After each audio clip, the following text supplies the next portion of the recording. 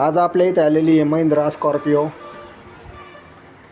S5 model आहे, 2018ची गाडी. तर या गाडीमध्ये ही कंपनीचे हा रिमोट आलेला आहे.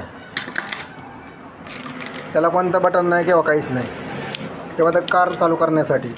आणि हे एक आहे सेंटर लॉकिंगसाठी. तर याच्या आपण आता 2-in-1 रिमोट बनवला आहे. ह्या दोन्ही रिमोट आता वापरायचे नाहीत, तसे वर्किंग आहेत. लॉक आणि अनलॉक हे जुने पण वर्किंग आहेत. आणि आपण नवीन रिमोट बनवलेला आहे कारसाठी.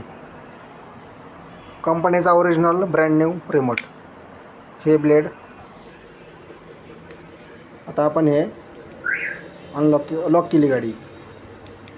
आता ही अनलॉक केली आणि मधलं डिक्की आणि पॅनिकसाठी. तर आपल्याकडे असे सर्व कारसाठी 2-in-1 मध्ये रिमोट बनवले जातात.